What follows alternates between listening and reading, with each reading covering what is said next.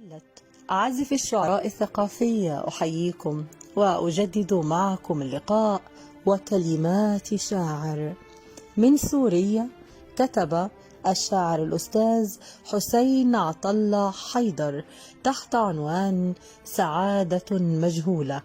يقول الشاعر: كل أيامي باتت سفر، وحيدا غريبا بائسا، روحي عانقت الرحيل، أسافر مع جراحاتي والخيبات للأفق البعيد لألتقي بحظي العليل، ينتظرني يحضنني وبكل إصرار يود لو يمزق قلبي ويرديني قتيل.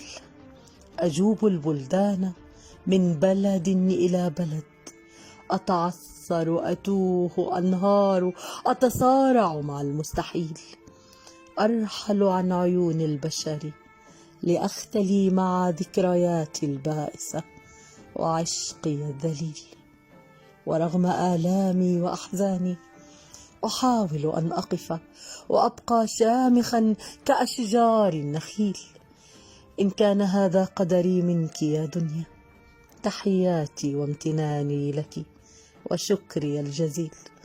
ما كفاك يا دنيتي، كسرتني وخذلتني، سرقت حبي، قد كان هذا الحب جليل.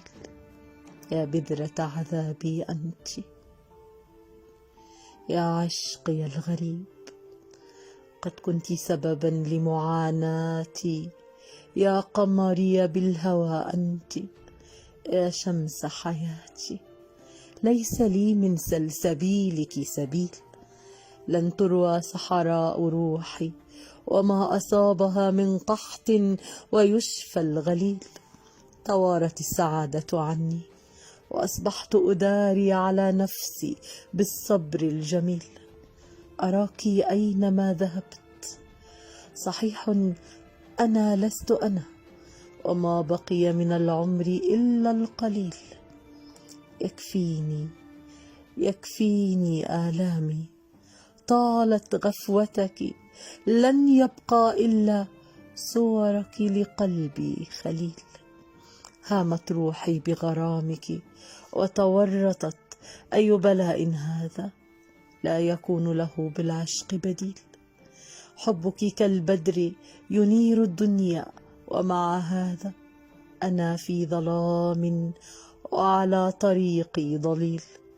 بت وحيدا غريبا بائسا رحال، وعلى صدري اسمك وسام نبيل. انتهت كل أشيائي الجميلة، ماتت، وبقيت أنا وجراحاتي وعشقي الهزيل. أتنفس من أنفاس الحسرة وأستمر رغم العثرات في طريقي الطويل. متى ينتهي الطريق وألتقي بنفسي؟ متى أخبريني يا حظي البخيل. الشاعر حسين عطلة حيدر. كان معكم من الإلقاء إيمان محمد، والإعداد فاطمة الرحالي، رؤية وإخراج حسني عبد العظيم.